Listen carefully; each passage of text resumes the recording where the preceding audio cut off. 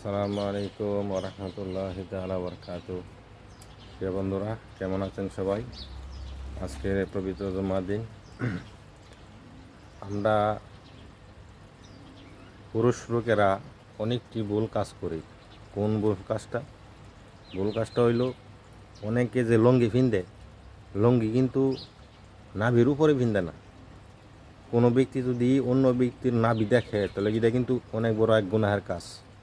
এটা হাদিসে আসছে যে এটা হারামও শোনা যায়, কিছু কিছু অনেক ওলামাই কেরাম বলে যে এটা হারামও। লঙ্গি ফিনলে নেচে থেকে টাকনুর উপরে ফিনতে হইব, নেচে যে পাওয়ের যে টাকনু আছে গিরা, এখান থেকে উপরে ফিনতে হইব, আর নাভি থেকে উপরে ফিনতে হইব। কাপড় যে কাপড়ে ফিনদক, আলো ফ্যান ফিনদক আর লঙ্গি ফিনদক। কিন্তু আমরা কি করি, আমরা করে দেখা বেড়াই মানুষের সামনে লঙ্গি নেচে ফিন্দি। আমাদের যে বাপ চাচারা আছে ময়মুরব্বীরা, তারা কিন্তু জিনিসটা জানে না। তো অবশ্যই এই ভিডিওর মাধ্যমে আপনারা জিনিসটা প্রচার করে দিবেন, হ্যাঁ, এবং কি যারা দেখবেন তারাও সচেতন হইবেন গুনাহের থেকে, যে আল্লাহ তাআলা যাতে আমাদেরকে হেফাজত করে। ঠিক আছে?